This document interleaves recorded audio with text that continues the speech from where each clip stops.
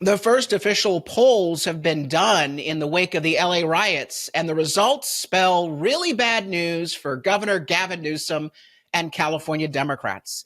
They are really misreading the room of public opinion. Coming up, we'll share with you the latest polling information and what we're doing to continue to educate voters in California on the truth on who's really behind and funding the violence on the streets.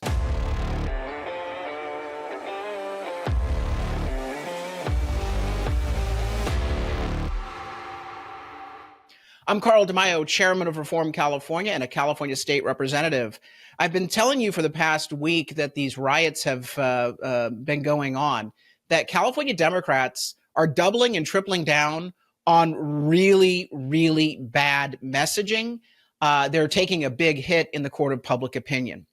Now, I'm not saying that everything that the Republicans are doing is 100% pitch perfect and on message, but the Democrats are hemorrhaging public support. We're going to share with you polls, two sets of polls. One was done wrapped up before the riots, that show Democrats are in a really bad position, particularly on illegal immigration. But this other poll that has been done in the wake of these violent protests in Los Angeles.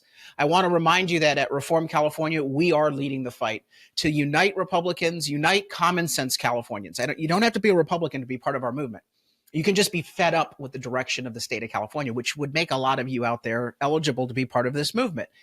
We are a grassroots movement. We're shining a light on the failures and corruption of California politicians, and we're fighting to take back our state from the insanity of the far left. But we need you to be part of this movement. I can't just be doing the podcast and running our campaign committees and collecting signatures on California Voter ID Initiative and all the stuff that we're doing without your active participation. You got to get off the couch and into the fight, just like the leftists are getting off, well, whatever they're sitting on, the mattress in their mom and dad's basement, and going out and protesting and getting violent. You have to be part of the fight to take back our state. And we have a comprehensive plan at Reform California. You can learn all about it at our Ground Zero campaign hub. reformcalifornia.org. That's the website, reformcalifornia.org. In addition to checking out the news that's up there that you won't hear from the liberal media, go to the bottom of the site and sign up. Be tethered to our growing movement statewide. All you have to do at the bottom of the website is put in your first name, last name, email, phone, and zip code, and you will be part of our growing movement statewide. Plus, when you're there, please consider chipping in a contribution. We are not funded by taxpayer money like all these left-wing groups organizing these violent protests. We rely on the support of disaffected Californians, fed up Californians, the forgotten Californian, $5, $10 at a time. So chip in a contribution, help power our work. So here are the polling studies that I want to share with you. And this first one is a national poll, but I think it's illustrative of where sentiment is here in California as well. And I have no doubt we'll probably have a poll or two just in California coming up. But here's the Independent. It's 4,200 U.S. adults. Again, this all happened in the wake of the LA riots. Only 36% said they approve of the protests. 45% disapprove. This is significant. Now, when you look at the numbers underneath the hood, almost 90% of Democrats approve of these protests. Again, you're not going to win everybody. Stop trying to please the far left base. If Democrat politicians want to do that, that's up to them. But I'm not terribly concerned about Democrats. I'm more interested in where the Republicans, where the independents, particularly the independents. Now, there is some note of caution here, and that is the polling results demonstrate sentiment that would prefer to see the protests handled by local law enforcement. When it asked who should take the lead in responding to the protests, 56% said it's the responsibility of state and local government versus 25% who backed the federal government's involvement. Now, hold on a second. Before you say, well, that means it rebukes Trump.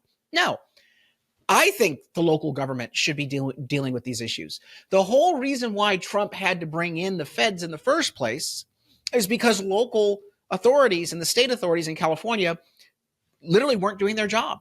They were derelict in their duty. So when you ask a poll asks the question, who should be responsible for keeping the peace on the streets of LA? The logical response is, well, local law enforcement and state law enforcement. So I don't think that the response to this query is really meaningful. It's not a meaningful rebuke. And again, I would prefer that the federal government be dealing with the southern border, but I also support the notion that if the states and locals don't do their job, then you have to have the federal government come in and deal with the issue. Do people think that the protests are peaceful? No. 38% say the protests were peaceful. 36% say they're violent. 47% say that they are disapproving of Trump's deployment of Marines into the LA area. 34% approve. Again, as I mentioned, Democrats largely approve the protest, not the 90% number that I gave you. It's 58%. But still, I mean, almost 2/3, a sizable majority. Again, I'm not playing to the Democrats, nor should you be concerned about what Democrat-based voters are thinking. But it's why people like Newsom and Bass and other Democrats will continue to be held hostage to their base. They can't not support these violent protests because their base kind of is so spun up and has this, point of view that the Democrats are worried about their primaries. I've been arguing all week. Gavin Newsom's approach to this is not about what's happening on the ground. It's about his race for president. He likes the idea of confronting Donald Trump. If that means he's not doing his job for Californians, so be it. But hey, since when has he been doing his job for Californians? Speaking of which, there's a separate poll that's out, and it was done prior, well in advance to the violent protests on the streets of LA. It's from PPIC, and those of you who watch the podcast regularly know that I do cite the PPIC poll because it is a legitimate poll. It's a little left-leaning, but their numbers are pretty good. Here is the polling results, and it's bad news for Democrats in terms of their management of the state. What's the most important issue facing the state? 37%, cost of living. Cost of living. And that's why I keep telling Republicans the number one thing you should be focusing on is cost of living.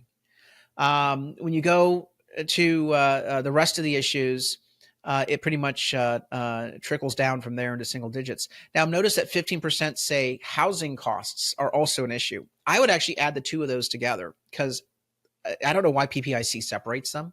Housing costs and generic cost of living, they're one and the same. Your housing cost is pretty much the biggest element of your household budget. So we're talking about 52% are fixated on the cost of living. Nothing the Democrats are doing is helping that. It's actually hurting it. They're constantly raising taxes, applying more mandates and regulations. And that's where Republicans need to continue to laser-like focus their messaging. Sure, talk about the protests and the violence in Los Angeles and throughout the state of California. Crime is still an important issue. But in terms of top of mind, first and number one issue, it's always going to be the money in your pocket. People are very upset about that. Now, also, bad news for Gavin Newsom. He has an abysmal favorability rating. 54% disapprove of the job Newsom is doing as governor. Only 44% approve. Now, remember, this is a deep blue state. To have him be a net 10 points underwater, net negative rating is astounding.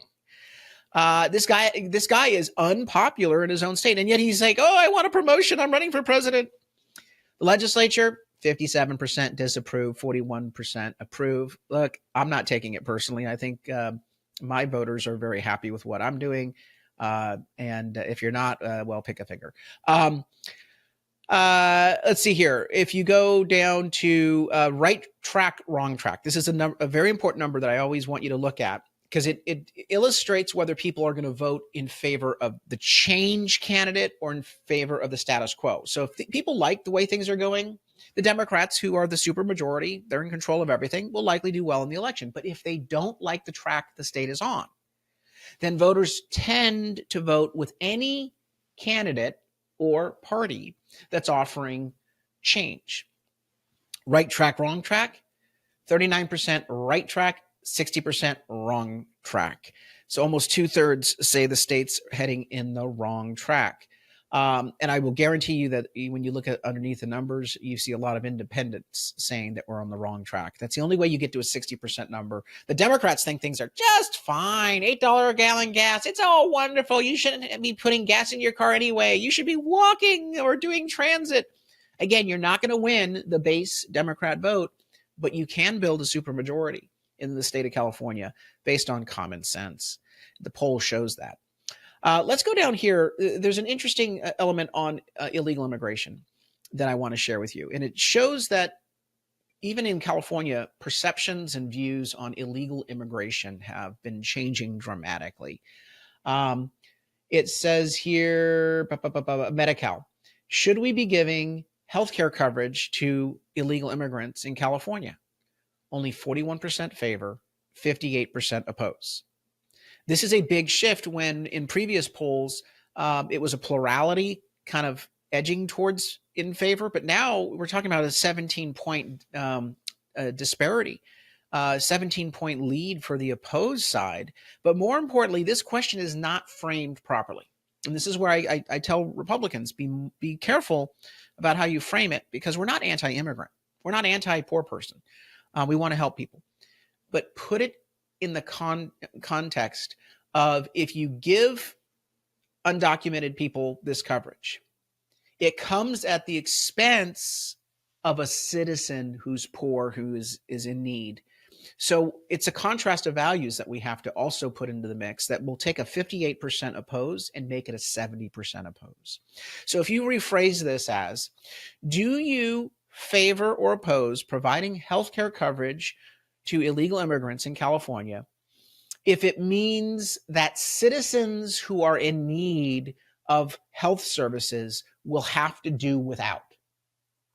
The answer is 70% oppose. Everything we've seen, all the data, all the points that we've been looking at, research points show when you phrase it and frame it that way. And that's really what's going on here. Let's be very clear. The policy is give freebies to illegals, and then they go out and say, oh, but we have to raise your taxes. We have to cut services to seniors, to the disabled, in-home health care. All these other services are going to get cut back. And by the way, when you give free healthcare to illegals, you're adding to the wait time for your local doctor and healthcare provider.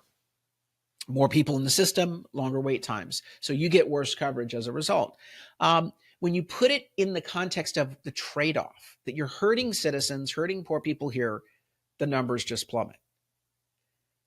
Understand, these polling numbers spell bad news for Gavin Newsom and Democrats if Republicans get their act together. And that's, again, where Reform California comes in. We're leading the fight to educate voters, to do this research, to share the message, research, and frame better messaging for Republicans, recruiting candidates. If you go to our website, you'll find at reformcalifornia.org, we have a whole section for flipping target seats. We're recruiting, training, mentoring, and supporting candidates for the state assembly, the state senate, for statewide office, including governor.